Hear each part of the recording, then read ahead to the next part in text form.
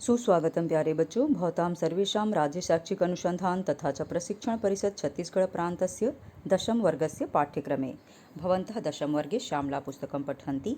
इतः पूर्वं यूट्यूब शैक्षिक वीडियो वर्गे अहं षष्ठं पाठः प्राणेभ्यो अपि प्रियः सुहृत् इत्यस्य पाठस्य प्रश्नोत्तराणाम् अभ्यासं कारितवती। अद्य सप्तमः पाठः सुभाषितानि इति पाठिष्यामि। सप्तमः पाठः सप्तमः सातवां पाठ लेसन सुभाषितानि। सुभाषितानि, सु अर्थात सुंदर, भाष अर्थात बोली, भाषितानि बोलने से बोली हुई बातें, सुंदर बोली हुई बातें, तो सुभाषितानि इसको कहते हैं। अस्तु, शब्दार्थः पश्यामः। शब्दार्थे किं लिखितमस्ति?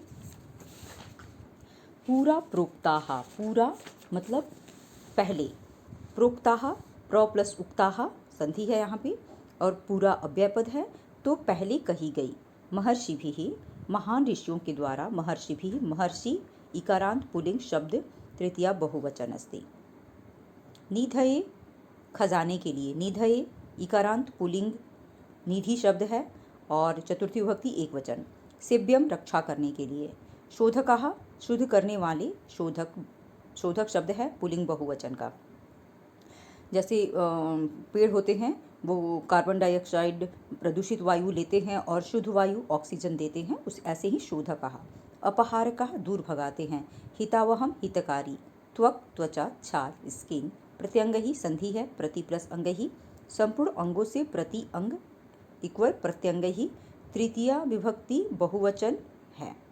सद्भिः सज्जनों से, तद्भिः तृतीया विभक्ति बहुवचन। सद भी ऐसा शब्द है, सद ये मूल शब्द है। संगीना संग वाले से, संगीना तृतीया विभक्ति एक वचन। गम्यते समझा जाता है, गम्यते आत्मनेपद प्रथम पुरुष एक वचन। धातु रूप दो तरह के होते हैं, तीन प्रकार के होते हैं, परस्मैपदी, आत्मनेपदी और उभयपदी। तो उसमें से गम्यते आत्मनेपदी धातु रूप का एक रूप है। वैद्यः चिकित्सकः, वैद्यः डॉक्टर को कहते हैं, प्रथम पुरुष एक वचन है। नापितः नाई, नापितः प्रथम पुरुष एक वचन पुल्लिंग है ये दोनों वर्ड्स। हंत्रीणाम हत्यारों के, हंत्रीणाम हन धातु षष्ठी विभक्ति बहुवचन। हस्तेसु हाथों में, हस्तेसु हस्त शब्द पुल्लिंग है, सप्तमी विभक्ति एक बहुवचन। शस्त्र हताः शस्त्रों से मारे गए, शस्त्र हताः शस्त्र मूल शब्द है, हन धातु है, अक्त प्रत्यय है, बहुवचन है। प्रज्ञा हताः बुद्धि से मारे गए, प्रज्ञा हताः प्र उपसर्ग ज्ञ धातु हन धातु अक्त प्रत्यय बहुवचन। सुहृतः भली प्रकार मारे जाते हैं, सुहृतः सुंदर, हतः सु हन धातु अक्त प्रत्यय बहुवचन। दिनांते दिन के अंत में, दिन का पूरा दिन ढल जाए तो क्या आता है? शाम आता है, तो वही शाम दिनांते अर्थात शाम, शाम का पर्यायवाची वर्ड। अस्तु, दिनांते दीर्घ स्वर संधि एवं सप्तमी एक वचन अस्ति। अस्तु, अस्य पाठस्य शब्दार्थः भवन् यत्र किञ्चित् शब्दार्थः सन्ति पश्यामः। पयः जल, प्रयोजनम आशय उद्देश्य। पादम चतुर्थ भाग। स्वमेधया अपनी बुद्धि से, स्वमेधया तृतीय विभक्ति एक वचन स्त्रीलिंग। सह ब्रह्मचारी भी, अपने सहपाठियों के साथ, सह ब्रह्मचारी भी तृतीया विभक्ति बहुवचन है। राग समम लोलुपता के समान, राग समम लालच के समान, राग अर्थात मोह, मोह के समान। अस्तु, सप्तमः पाठः सुभाषितानि अस्ति। पश्यामः किं लिखितम् अस्ति। प्रथमः श्लोकः अस्ति। सर्वः विद्याः पुरा प्रोक्ताः संस्कृते हि महर्षिभिः, तद्विद्यानिधये सेव्यं संस्कृतं कामधेनुवत्। अर्थात अर्थः यत् लिखितमस्ति तत्पश्यामः। महर्षियों ने पूर्व काल से ही संस्कृत भाषा में समस्त विद्याओं की रचना कर दी है, ठीक है, किंतु उन विद्यारूपी खजानों को पाने के लिए कामधेनु के समान संस्कृत भाषा की सेवा आवश्यक है। ये इसका अर्थ है, मैं इसका भावार्थ समझा रही हूँ। महर्षि भी, महर्षियों के द्वारा, संस्कृते ही संस्कृत भाषा में ही, पूरा प्राचीन काल में ही, प्रोक्ता कह दिया गया था, सर्वा विद्या सभी विद्याओं को, महर्षियों के द्वारा सभी विद्याओं के बारे में प्राचीन काल में ही संस्कृत भाषा में बता दिया गया था। तद विद्या निधये सेव्यम, उस विद्या रूपी निधि का हमें सेवा करना चाहिए, अर्थात अध्ययन अध्यापन करना चाहिए, क्योंकि संस्कृतम कामधेनुवत, संस्कृत भाषा जो है वो कामधेनु गाय के समान है, हमारी इच्छाओं को पूर्ण करने वाली भाषा है। वाकई संस्कृत भाषा यदि आप पढ़ते हैं तो विश्व की सारी भाषाओं का थोड़ा थोड़ा आपको ज्ञान होता है, साथ ही व्याकरण का भी आपको बहुत ही अच्छा ज्ञान होता है और ज्ञान विज्ञान का भी ज्ञान होता है। अस्तु द्वितीयः श्लोकः पश्यामः।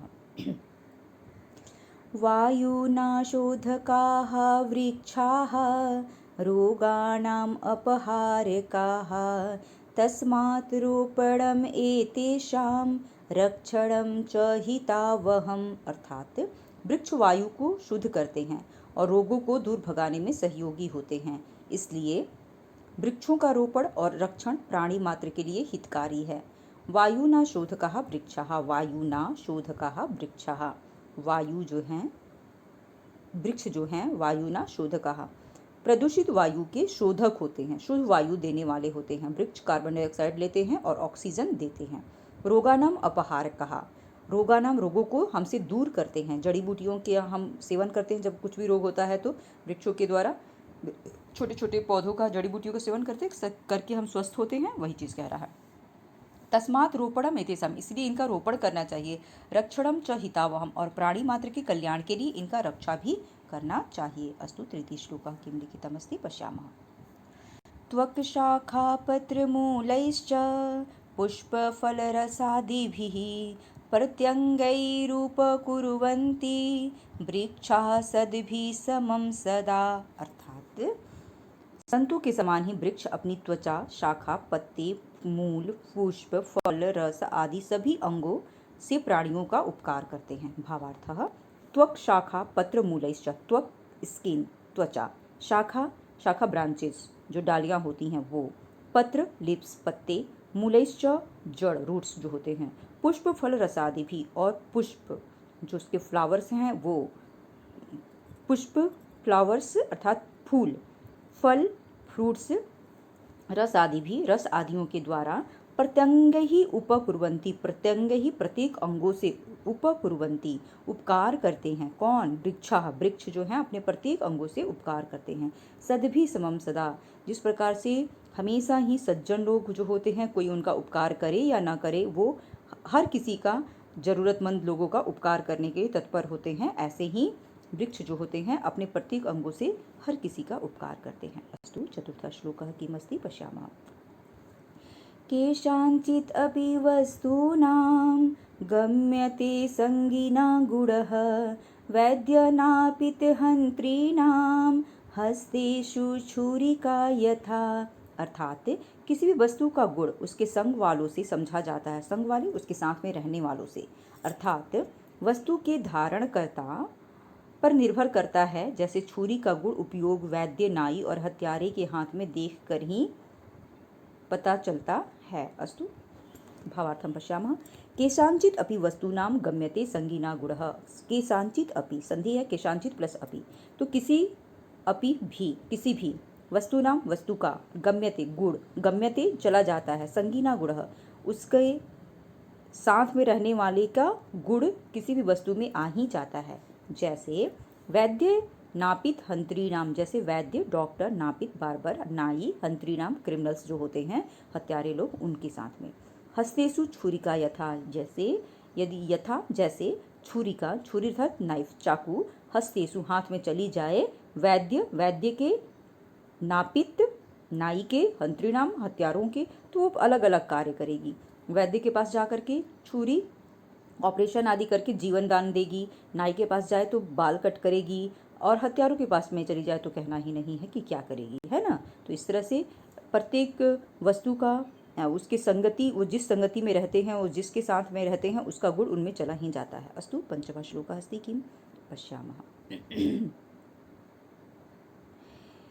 यच्छक्यं ग्रसितुं शस्तं ग्रस्तं परिमेच्च यत् हितं च परिणामे यत् तद्याद्यं भूतिम इच्छिता। अर्थात जो वस्तु खाई जा सके, जो वस्तु खाई जा सके, खाने पर भली भांति पच सके और पच जाने पर हितकारक हो, ऐश्वर्य की इच्छा करने वाले व्यक्ति को वही वस्तु खानी चाहिए। अर्थात जिस व्यक्ति को सुख चाहना है अपने जीवन में, तो बहुत अधिक खाने का नहीं है, जितने खाकर आप हेल्दी रह सके, स्वस्थ रह सके, उतना ही खाना है। और स्वाद लेकर खाना है। थोड़ा सा ही खाइए लेकिन स्वाद लेकर खाइए और सुख से, ताकि सुख से रह सके और खुशी खुशी खाइए। तो कह रहा है यत् शक्यम ग्रसितुम शस्तम, जितना संभव हो उतना ही आप खाने को खाइए।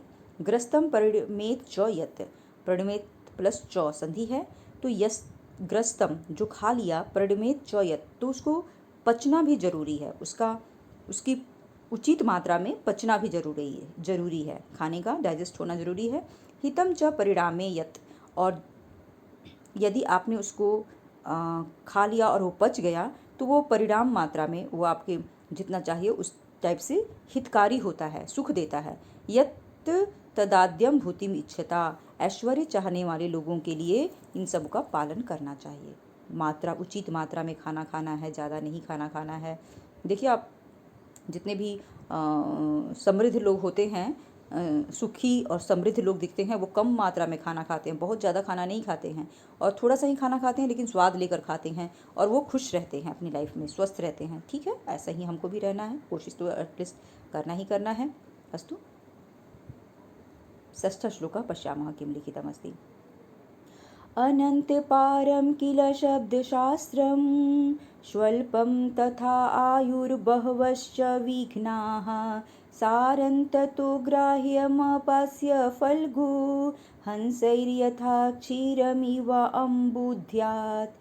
अर्थः शास्त्र का पार कहीं निश्चित नहीं है और मनुष्य की आयु कम है, इसलिए सार ग्रहण कर सारहीन को उसी प्रकार छोड़ देना चाहिए जिस प्रकार हंस जल से दूध ग्रहण कर लेते हैं और जल छोड़ देते हैं। यदि हम अध्ययन करना चाहें और अध्यापन करना चाहें तो न जाने कितना नॉलेज है, नॉलेज का भंडार है, हम उस सब चीज़ को नॉलेज नहीं ग्रहण कर सकते, लेकिन हम जिस क्षेत्र में भी कार्य कर रहे हैं उस क्षेत्र का हमें विशद नॉलेज रखना चाहिए। उस क्षेत्र में हमें जो उसका सार है उसको जरूर ग्रहण करने का कोशिश करना चाहिए और उसी से अपने कार्यों को संपादित करना चाहिए। अनंत पारम किल शब्दशास्त्रम, किल निश्चयवाचक शब्द है, अनंत पारम बहुत सारा ज्ञान का भंडार, शब्दशास्त्रम शब्दशास्त्र ज्ञान का भंडार है, शब्दशास्त्र का भंडार है, शब्दशास्त्र ज्ञान के लिए प्रयुक्त हुआ है। स्वल्पम तथा आयु बहुवश्च विघ्नाः, और हमारा जो आयु है वो थोड़ा छोटा सा है, और बहुवश्च इसलिए बहुवश्च विघ्ना, और बहुत सारे ऐसे भी शब्द ज्ञान हैं जिनको जो हमारे लिए व्यर्थ हैं। अब मान लो कि मैं संस्कृत की टीचर हूँ तो मुझे संस्कृत का विशद ज्ञान चाहिए बच्चों को पढ़ाने के लिए, कुछ राइटिंग करने के लिए, कुछ पत्रकारिता करने के लिए, कुछ न्यूज़ वॉच करने के लिए, ऐसे करने के लिए हमें संस्कृत का एक विशद ज्ञान चाहिए, तो हम संस्कृत के क्षेत्र में अपना ज्ञान अर्जित करेंगे। कोई और दूसरा जो व्यक्ति साइंस का है वो उस क्षेत्र का ज्ञान अर्जित करेगा। तो इस तरह से ज्ञान जो होते हैं अपने अपने कार्य के अनुसार, अपने अपने प्रोफेशन के अनुसार, आपके अपने व्यवसाय के अनुसार ग्रहण करना चाहिए। बाकी आपके लिए थोड़ा कम भी लेते हैं, थोड़ा नॉलेज तो हर चीज़ का रखना चाहिए, तो थोड़ा लेते हैं, बाकी छोड़ते भी हैं, तो वो चलता है। तो वही कह रहा है बहुवश्च विघ्ना, और बहुत सारी चीज़ जो होंगे आपके लिए व्यर्थ हो जाएंगे, क्योंकि आयु जो है, जीवन की आयु यदि हम लेना भी चाहें तो वो कम पड़ जाएगा, हमारी आयु जो है कम पड़ जाएगी। सारं ततो ग्राह्यम अपि आस्य, इसलिए हमें सार ग्रहण करना है, इन शब्दशास्त्र का, अस्य इस शब्दशास्त्र का सार ग्रहण करना है। फल्गु हंसहिर यथा क्षीरम इव अम्बुध्यात्, जिस प्रकार से जो हंस होता है वो जल से दूध को ग्रहण कर लेता है, बाकी जल के अथाह सागर को वैसे ही छोड़ देता है और दूध को लेकर के अपना क्षुधा को शांत कर लेता है, वैसे ही जिज्ञासु को जो जिस क्षेत्र में भी वो कार्य कर रहे हैं उस क्षेत्र के ज्ञान को ग्रहण करना चाहिए, बाकी ज्ञान को व्यर्थ में छोड़ देना चाहिए, सार को ग्रहण करना चाहिए। अस्तु। सप्तमः श्लोकः अस्ति, पश्यामः।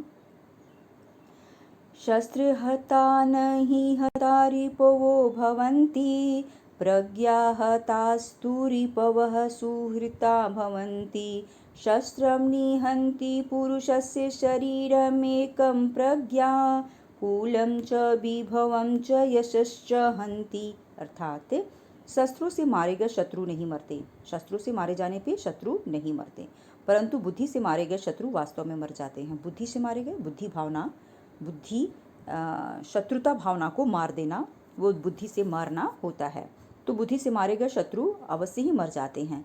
शस्त्र से तो शत्रु का मार कर मात्र शरीर ही नष्ट किया जाता है, परंतु बुद्धि से उसका वंश, कुल, वैभव और यश आदि सब कुछ नष्ट हो जाता है। समाज में हम देखते हैं कि जो जहाँ पे हथियारों का प्रयोग करके किसी को मारा जाता है तो वहाँ पे बहुत सारे शत्रु इकट्ठा हो जाते हैं, लेकिन बुद्धि से आप किसी की शत्रु भावना को नष्ट करते हैं तो शत्रु भी आपकी प्रशंसा करने लगते हैं। उसी भाव को यहाँ पर कहा जा रहा है। अस्तु, भावार्थं पश्यामः।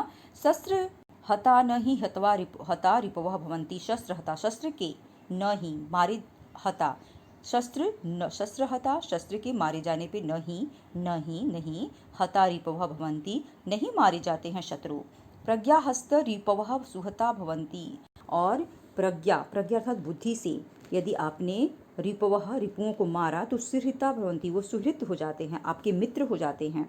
शस्त्रम निहंति पुरुषस्य, शस्त्र जो हैं शरीरम एकम, शस्त्रम निहंति पुरुषस्य शरीरम एकम, शस्त्र तो एक शरीर ही, पुरुष के एक शरीर को ही निहंति मार सकता है, परंतु प्रज्ञा कूलं च, लेकिन प्रज्ञा अर्थात आपकी बुद्धि जो है, आप बुद्धि से यदि शत्रु को मारते हैं यानी शत्रुता भावना को यदि नष्ट करते हैं तो कूलम च, कुल नष्ट होता है शत्रु का, विभवम च, वैभव नष्ट होता है, यशम च, यश भी नष्ट हो जाता है। इस तरह से सप्तमः श्लोकः अभवत्। अष्टमं श्लोकं पश्यामः।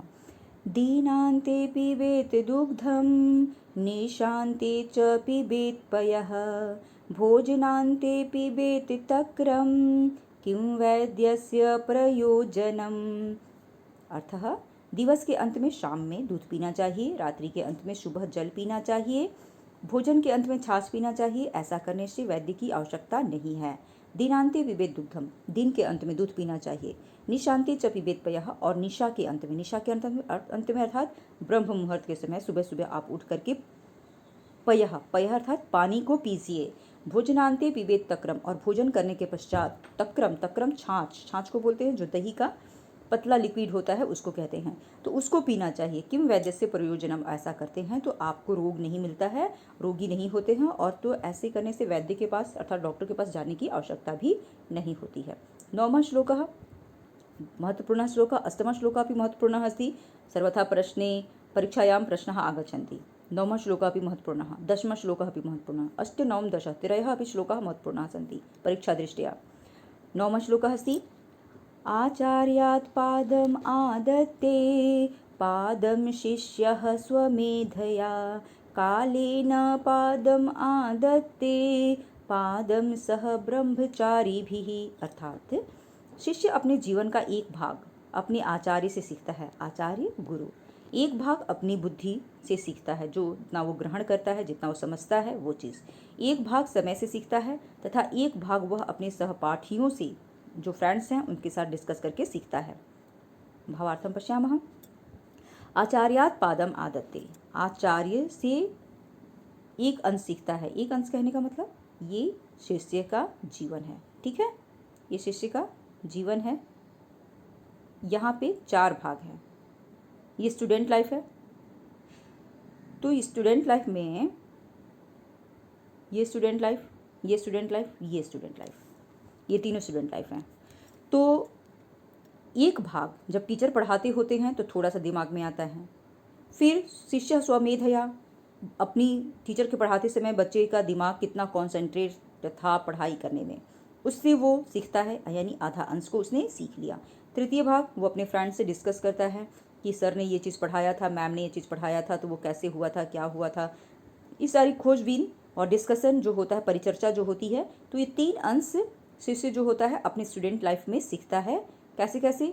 टीचर से, अपनी खुद की बुद्धि से, और आपस में डिस्कस करके, परिचर्चा करके। इसलिए कोई भी टॉपिक पढ़ाया जाए तो आपस में स्टूडेंट मिल करके, 2-3 दोस्त लोग मिल करके उस बात पे चर्चा भी कीजिए, तो उससे आपका नॉलेज इंप्रूव होता है। और चौथा अंश, ये बहुत ही महत्वपूर्ण अंश है, ये आप जीवन में जब आप सर्विस करने जाते हैं तो आप जिस क्षेत्र में भी सर्विस करते हैं उस क्षेत्र के काम के करने से आपको अपने टीचर्स की बातें, अपने भाई, अपने दिमाग की बातें और अपने मित्रों के साथ डिस्कस की बातें याद आती हैं। उसके द्वारा आप उस चीज़ को करके सीखते हैं। ये करके सीखने वाला, ये जो पॉइंट है, ये करके सीखने वाला पॉइंट है।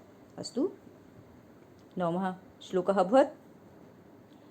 10वां श्लोकः महत्वपूर्णः पश्यामः। नास्ति विद्या समं चक्षुः, नास्ति सत्य समं तपः, नास्ति राग समम दुखम, नास्ति त्याग समम सुखम। अर्थात विद्या के समान आँख नहीं है, सत्य के समान तप नहीं है, राग के समान दुख नहीं है और त्याग के समान कोई सुख नहीं है। पश्यामः भावार्थः किमस्ति। नास्ति विद्या समम चक्षु, नास्ति संधि है न प्लस अस्ति, नास्ति नहीं है, विद्या समम चक्षु विद्या के समान आँखें, विद्या के समान आँखें नहीं है। विद्या जो होती है हमेशा कुछ ना कुछ नॉलेज इंप्रूव करती रहती है। नास्ति सत्य समम तपः, और सत्य के समान तप नहीं है। सत्य बोलना इतना आसान नहीं होता। आप जीवन में सत्य बोलना एक प्रतिज्ञा करते हैं तो ये एक तपस्या के समान है, कठिन श्रम के समान है। तो नास्ति सत्य समम तपः, सत्य के समान, सत्य बोलने के समान कोई तप नहीं है। नास्ति राग समम दुखम, और दुख के समान और राग अर्थात मोह के समान कोई दुख नहीं है। किसी चीज़ से मोह हो जाए कि हमको मोबाइल चाहिए ही चाहिए, सब लोग ऑनलाइन पढ़ाई कर रहा है, मम्मी पापा की कैपेसिटी हो या ना हो लेकिन मोबाइल चाहिए ही चाहिए, इस तरह का जिद कर लेना मम्मी पापा को भी दुखी करता है और आपको भी दुखी करता है। इसलिए यदि आपके पास सुविधा नहीं है तो आप अपने फ्रेंड के घर में जाइए, फ्रेंड के साथ बैठ करके उसके साथ बैठ के उस स्टडी को कीजिए, क्योंकि इससे दुख होता है। मम्मी पापा की कैपेसिटी होगी तो वो ज़रूर खरीद देंगे आपके लिए, क्योंकि उनको भी पता है कि पढ़ाई जो है ऑनलाइन चल रही है। तो नास्ति राग समम दुखम, राग के समान मोह के समान कोई दुख नहीं है। नास्ति त्याग समम सुखम, और त्याग के समान कोई सुख भी नहीं है। त्याग कर देना, किसी के लिए त्याग कर देने से बहुत अच्छा सुख मिलता है। किसी ज़रूरतमंद को आप हेल्प करने जाते हैं और वो सुख खुश होता है और आपको ब्लेसिंग्स देता है, ब्लेसिंग्स आशीर्वाद देता है, तो वो आपको एक डिफरेंट टाइप का खुशी देता है। अस्तु, सप्तमः पाठः सुभाषितानि समाप्तः। भवन्तः द्वित्रिवारं वीडियो पश्यन्तु, अर्थमपि अवगच्छन्तु। नेक्स्ट वीडियो मध्ये अहं सप्तमः पाठः सुभाषितानि इत्यस्य प्रश्नोत्तराणाम् अभ्यासं करिष्यामि। सर्वेभ्यः नमस्कारः, धन्यवादः, आभारश्च।